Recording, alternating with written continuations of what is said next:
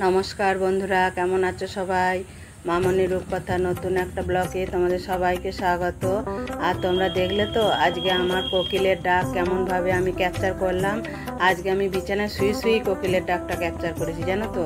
আমি কদিন ধরে আমি খুব ভাবছিলাম যে কোকিলটা কখন ডাকবে, হয়তো এক একদিন এমন সময় ডাকছে আমি তখন ঘুমে আচ্ছন্ন, সেই আচ্ছন্ন ঘুমটা ভেঙে যাচ্ছে ঠিক কথা, কিন্তু আমি ডাকটাকে আর ক্যাপচার করতে পারছি না। যাই হোক, ওর কোকিলের ডাকে তো আমার ঘুম ভাঙলো। আর দেখো, ঘুম থেকে উঠে বিছানাটা আগে পরিষ্কার করি, কারণ বিছানাটা আগে পরিষ্কার না করলে না আমার আর ঘর থেকে বেরোতে ইচ্ছা যায় না। ঘুম থেকে উঠেই আমি চোখে মুখে জল নিয়ে আমি তোমার যেটুকু বিছানায় বসে ঈশ্বরকে ডেকে আমি তোমার বিছানাটা পরিষ্কার করে নিলাম। যে তারপরে দেখো আমার লাড্ডু কেমন দাঁড়িয়ে আছে, দেখো লাড্ডু তো কখন মা ওপরে যাবে তার সাথে আমি ওপরে যাব। তারপর আমি মাছেদের খাবার দিলাম, দিয়ে দেখো আমি পুরো গোটা ডাইনিং সব আমি ক্লিন করলাম। ক্লিন করে দেখো আলু ফালু সব কাটা হয়ে গেছে। আজকে আলু ভাজবো।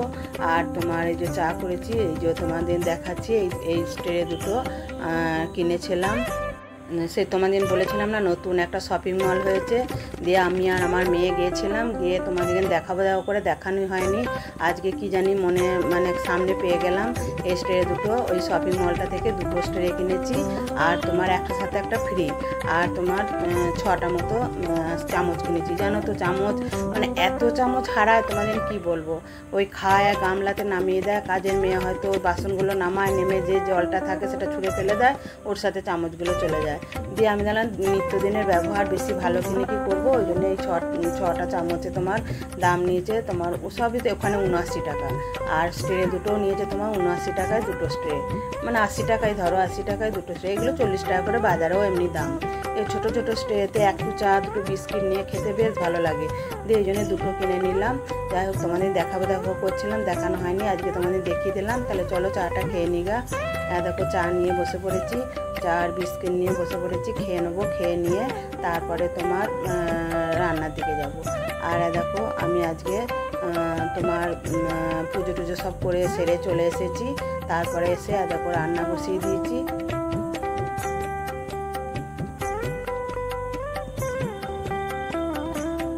আর নিত্যদিনের কাজ আমাদের এখানে একটু যদি সকাল সকাল আমরা করে নিই, তাহলে আমাদের জানো তো অনেক কাজ করতে সুবিধা হয়। কারণ আমি এত গরম পড়েছে আমি না একটু সকাল সকালে কাজগুলো সারার চেষ্টা করছি, ওই জন্য অনেকটা সকালে এখন উঠে পড়ি। আর এমনি দেখবে 6টা না বা 5:30টার মধ্যেই পুরো সকাল হয়ে যাচ্ছে। একদম কি বলবো বলো তো, পুরো চারিদিক একদম আলোয় আলোকিত হয়ে যাচ্ছে।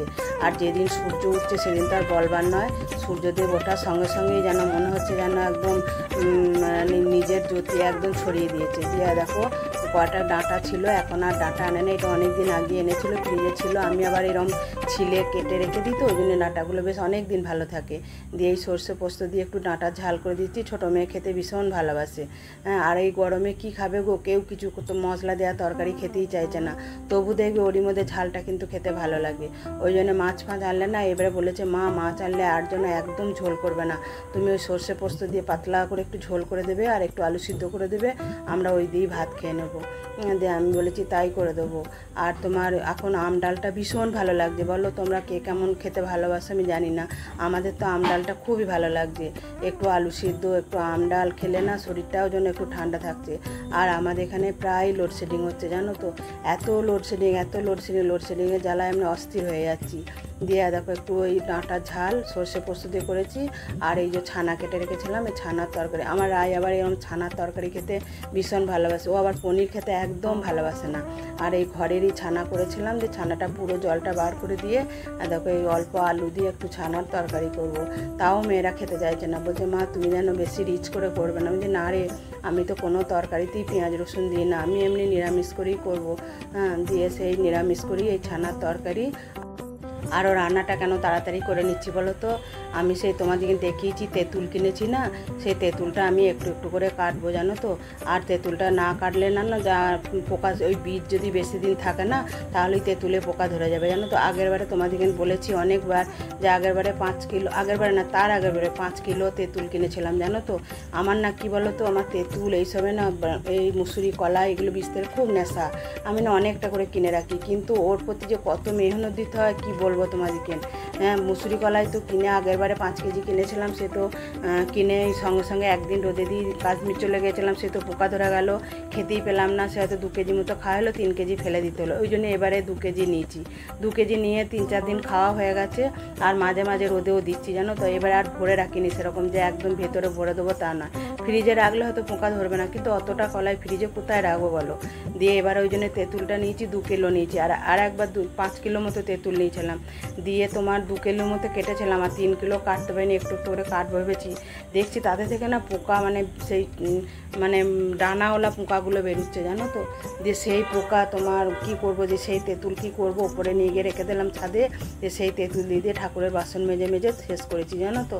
মানে কি বলবো, এতটাই মানে সেবারই হচ্ছে। ওই জন্য হাজব্যান্ড বলছে তুমি অল্প করে নাও তো, আর তেঁতুলের তো টক সেরকম কিছু খাই না ধরো, ওই ঠাকুরের বাসন মাজতে আর মাঝে মধ্যে হয়তো মাছের টক করলে একটু তেঁতুল দিয়ে করি।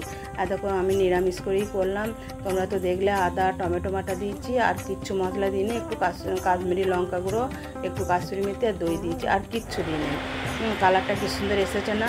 কিন্তু এখন আর এই কালারে মন ভরছে না জানো তো। কেন বলো তো, এখন মনে হচ্ছে সিম্পল রান্না হয়ে গেল, তাড়াতাড়ি রান্নাটা সেরে ফেলেছি। আজকে রান্না করেছি তোমার ছানার তরকারি আর ভেন্ডি ভাজা, আর তোমার ওই ডাঁটা ছিল সজনে ডাঁটা, সর্ষে পোস্ত দিয়ে ঝাল, এই রান্না করেছি। আর শেষকালে ভাত বসে দিয়েছি। আর হাজব্যান্ড এই মাত্র আবার বাজার নিয়ে এলো, আজকে এই ঢুকলো বাজার নিয়ে। তাহলে বাজারগুলো কিনেছে দেখাইগা, আর কি রান্না করেছি সেটাও তোমাদের দেখাবো। আর সকালে একবার স্নান করেছি, পুজো করেছি, সব কিছু মানে কাজ সারা হয়ে গেছে। দিয়ে এখন একটু তেঁতুলটা কাটবো, কালকে তেঁতুল নিয়েছি তোমাদের দেখিয়েছি, ওই তেঁতুলটা একটু কাটবো, কেটে তারপরে আবার একবার স্নান করবো। তাহলে চলো কি রান্না করেছি দেখাইগা, আর কি সবজি বাজার নিয়ে এসছে দেখাইগা। দেখো সর্ষে পোস্ত ঝাল, ডাঁটা দিয়ে সর্ষে পোস্ত ঝাল এটা, আর এটা হচ্ছে এই যে ছানার তরকারি।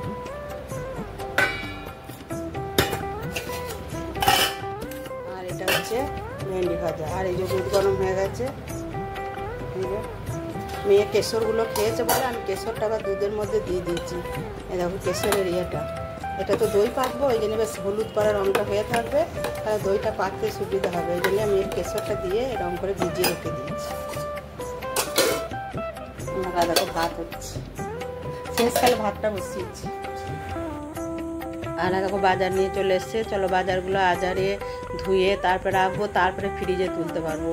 আর এখন হাজব্যান্ডকে যত বলবো যে সকাল সকাল বাজার করে নিয়ে আসবে, ও কী করে বলো তো, মনে করবে, করে ওইখান থেকে বাজার করে নিয়ে তারপরে বাড়ি আসবে। আর কতটা মানে গোড়া শুধু পুঁই শাকগুলো এনেছে দেখো। আমি ভাবছি এই পুঁই শাকগুলো গোড়াগুলো কেটে আমি বসিয়ে দেবো, তাহলে বেশ আবার পুঁই শাক হবে। আগেরবারেও তাই করেছিলাম। আর দেখো আমার শরীরটা খারাপ বলে ডাব নিয়ে চলে এসেছে। কালকে 2টো ডাব নিয়ে এসেছিলো, আর দুটোই কেটে সবাই মিলে ভাগ করে খেয়েছিলাম, তার মধ্যে আমি বেশি খেয়েছিলাম। আর এই যে তোমার আর এই পুনকা শাকটা নিয়েছে, ওটা আজকেই ভেজে দেবো। লাড্ডু এ বাবা বাঘের মতো বসে আছে গো। হ্যাঁ, আসতে হবে না, আসতে হবে না, ওইখানে বস, ওইখানে বস, ডাকিনি তোকে, বাস চলে এলাম না। চল চল চল চল, এধারে এধারে এধারে এধারে এধারে এধারে এধারে বস। দেখো বাজার পুঁই শাক, কুমড়ো, সত্য ল্যাজটা দেখবে নাকি লোকে। এটা হচ্ছে ভেন্ডি, শসা, পটল, টমেটো, আর কেনেছে এটা ও,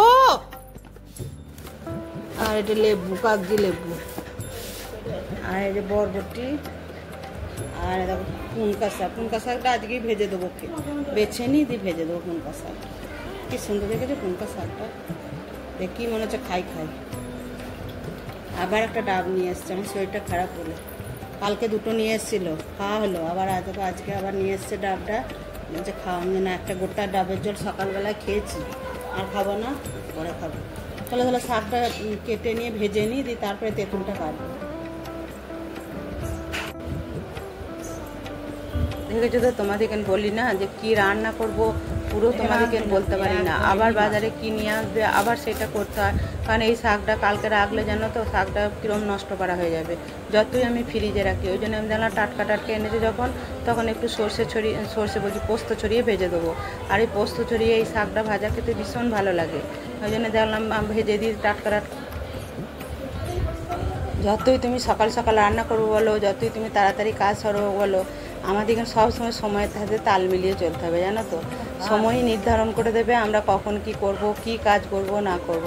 আমি ভাবলাম আজকে আমার সকাল সকাল রান্না হয়ে গেছে, বাজারগুলো নিয়ে আসবে, আজারে নেবো, দিয়ে আমি তেঁতুলটা একটু কাটবো, কেটে আমি স্নান করব। তা হবে কি, দেখো আমার কাজ ঠিক আগে থেকেই রেডি হয়ে আছে। এই শাকগুলো কেটে একে ধুয়ে একটু ভাজবো, দিয়ে ভাজতে বসিয়ে দিয়ে এসে আমি তবে তেঁতুলটা কাটতে পারবো। তাহলে দেখেছো সংসারে সকাল থেকে কত টুকটুক করে তোমাদেরকে যদি সব কাজ দেখাতে যাই তাহলে জানো তো মানে বিশাল বড় একটা ভিডিও হয়ে যাবে। মানে কি বলবো বলো তো, মানে এত বড় একটা মানে ব্লগ হয়ে যাবে, তোমাদের দেখতেই বিরক্ত লাগবে। তাও তো কত কাটাই ছাটাই করে করি। দিয়ে তারপরে দেখো তেঁতুলটা একটু কাটবো, কারণ আমার তোমাদের বলেছি আগে আমি ডাইনিংয়ে বসতে পারতাম না, কিন্তু আমার গ্রিন নেটটা লাগিয়ে এত উপকার হয়েছে না তোমাদের কি বলবো। এখানটা এত ঠান্ডা, মানে আমি কল্পনার বাইরে। আমি ভেবেছিলাম যে ছাদে একটু সেট করব, কিন্তু একটা সেট করতে গেলেও 50-60 হাজার টাকা খরচা। দিয়ে আমি দেখলাম যে দরকার নাই, গ্রিন নেটটা লাগিয়ে দিয়ে আবার শীতকালে খুলে দিতে পারবো। তেঁতুলটা কেটে নিই। তেঁতুলটা কাটতে কাটতে তো জিভে জল চলে আসছে। এরকম মা যখন তেঁতুল কাটতো কত তেঁতুল মাখা খেয়েছি, আর মায়ের কাছে বকুনি খেয়েছি, জানো তো। তাহলে আজকের ভিডিওটা এই পর্যন্তই। তোমরা ভালো থাকবে, সুস্থ থাকবে। নেক্সট দিনে আবার একটা নতুন ভিডিও নিয়ে তোমাদের কাছে আসছি। টাটা। আর এরপর স্নান করব, তারপরে দুপুরে লাঞ্চ করব। আর সত্যি কথা বলছি তোমাদেরকে, মানে এই তেঁতুলটা কাটতে কাটতে জিভে জল চলে আসছে বললাম না, যে তেঁতুলটা কাটতে কাটতে জিভে জল চলে আসছে। তখন আমরা জানো তো মা তেঁতুল কাটতো, আর ওই তেঁতুলটা মেখে মানে রোদে দিতাম, রোদে দিয়ে সব বন্ধুরা মিলে বিকালবেলায় খেতাম, জানো তো। সব দিন যেন অতীত হয়ে গেছে, সেই অতীতের স্মৃতি আঁকড়ে ধরেই এখন বেঁচে আছি। আর তেঁতুলটা এত সুন্দর, তেঁতুলটা না তোমাদের কি বলবো, তেঁতুলটা খুব সুন্দর। মানে ছাদে দিয়ে এসে রোদে দিয়ে এসছে, তাও তেঁতুলটা মানে কাটা যাচ্ছে না, এত সুন্দর।